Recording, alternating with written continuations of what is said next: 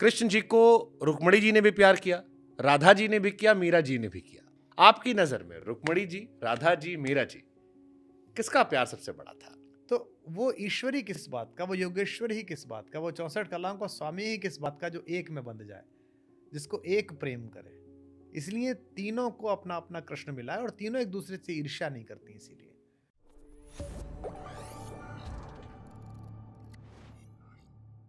अच्छा, एक सवाल हमारे मन में और आता है, क्योंकि राम और कृष्ण को लेकर हम हमने आपको बहुत सुना, अपने अपने राम, अपने अपने श्याम। जी। और एक बड़ी अच्छी बात मुझे लगी थी, राम का बचपन नहीं था, कृष्ण कृष्ण का जीवन जो है बड़ा खूबसूरत था, और उसकी व्याख्या भी बड़ी अच्छी थी। कभी समय मिला तो पूछूंगा। लेकिन कृष्ण जी को लेकर एक सवाल मेरे मन में हमेशा आता है, क्योंकि आप प्रेम के कवि भी हैं। कृष्ण जी को रुक्मणी जी ने भी प्यार किया, राधा जी ने भी किया, मीरा जी ने भी किया। कई सारी फिल्में भी आती हैं, जिसमें अभी हमने एक प्रियंका चोपड़ा की पिक्चर देखी थी, उसमें उन्होंने कहा कि लोग तो प्रेयसी को याद रखते हैं, पत्नी कितनी भी अच्छी हो। और बड़ी हिट फिल्म गई, उसका डायलॉग बड़ा अच्छा था कृष्ण संवाद को लेकर। आपकी नज़र में रुक्मणी जी, राधा जी, मीरा जी, किसका प्यार सबसे बड़ा था? तीनों को कृष्ण अलग अलग मिले हैं। देखिए, एक गीत गाने वाला कृष्ण है जो राधा को मिला है, एक गीता गाने वाला कृष्ण है जो माता रुक्मणी को मिला है, और एक प्रीत जगाने वाला कृष्ण है, हम्म। वो माता मीरा को मिला है। देख, हमारे ना क्या है, कॉलोनी में, जैसे आप जिस अपार्टमेंट में रहते होंगे, वहाँ बालकनी एक के ऊपर एक है ना। 19वीं मंजिल वाले की बालकनी भी यही खुल रही है, और उसके ऊपर वाला जो 21 वाला है उसकी भी वही खुल रही है, 20 वाले की खुल रही है। सामने बादल हैं, सामने आकाश है, इंद्र का चमत्कार है, मौसम खूबसूरत है। बताइए कौन सी फ्लोर पे मौसम अच्छा है? प्रत्येक फ्लोर पे मौसम अच्छा है। तो वो ईश्वरी किस बात का, वो योगेश्वर ही किस बात का, वो 64 कलाओं का स्वामी ही किस बात का, जो एक में बंध जाए, जिसको एक प्रेम करे। तो कृष्ण इसीलिए पूर्ण पुरुष हैं, कृष्ण इसलिए पूर्ण अवतार है, कृष्ण इसलिए परब्रह्म है कि उनसे आप हर तरह से प्रेम कर सकते हो। आपको आश्चर्य होगा, चोरों के आराध्य हैं वो। आधे चोरों पे ये व्याख्या है कि कृष्ण तो खुद ऐसी करते थे, आनंद लेते हैं लोग बात। किसी ने नाचने पर कुछ कह दिया था, तो मैंने उससे कहा कि मेरे बाबा सुनाते थे, लोग नाचना बुरा रे बतावे, नाचे कृष्ण मुरारी, नाचे थे बैराट देश में अर्जुन बाणाधारी। नृत्य में पारंगत है, वाद्य में पारंगत है, पशुपालन में पारंगत है, 64 कलाओं में पारंगत हैं। इसलिए तीनों को अपना अपना कृष्ण मिला है और तीनों एक दूसरे से ईर्ष्या नहीं करती। इसीलिए महारानी और दीवानी दोनों एक दूसरे से ईर्ष्या नहीं करती, और रानी भी ईर्ष्या नहीं करती, मेवाड़ वाली। तीनों हमारी माँ है, मैं तो तीनों को माँ कहता हूँ। मीरा को मैंने कभी मीरा नहीं कहा, माँ मीरा कहा सदा।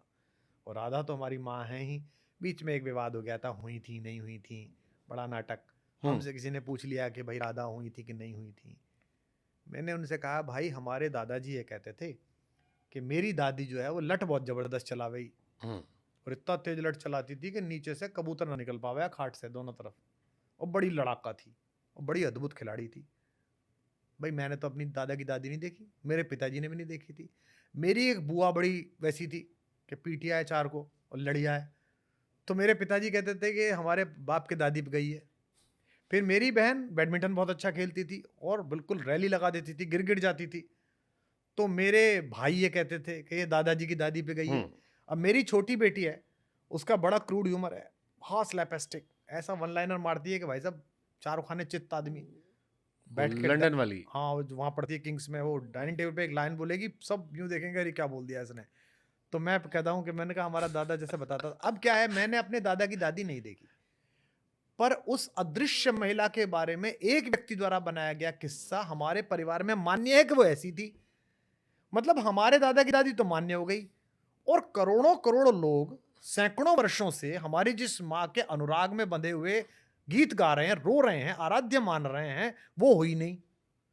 तो मैं पागलों में ढूंढने जाऊंगा, हुई नहीं हुई। जब मेरे को इतना आनंद दे रही है राधा, जब मेरे को इस स्नेह से प्रेम से भर रही है, जब मुझे मुक्ति से भर रही है मेरी माँ। भाई पद्मावती पे क्या हुआ था, जब पद्मावत के समर्थन में हमने बोला कि भाई ये फिल्म ऐसे नहीं बननी चाहिए, हम समर्थन में, लोगों ने हमसे कहा कि आप तो बड़े अजीब आदमी हैं, आप करणी सेना के साथ हो गए, आप इनके साथ हो गए।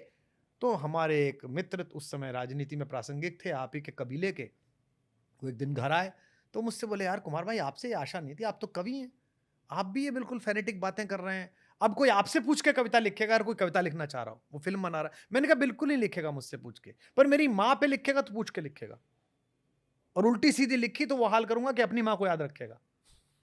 भाई पद्मावती हमारी लोक माँ है, उनके बलिदान के लिए हम लोग रोते हैं, हमारा पूरा अंचल, हमारा पूरा समाज। आप ऐसे ही कैसे फिल्म बना देंगे? मेरे अच्छे मित्र है संजय भाई, संजय लीला बंसाली मेरे अच्छे मित्र हैं, मैं उनकी कला का आदर करता हूँ, वो भी मेरी कला का आदर करते हैं।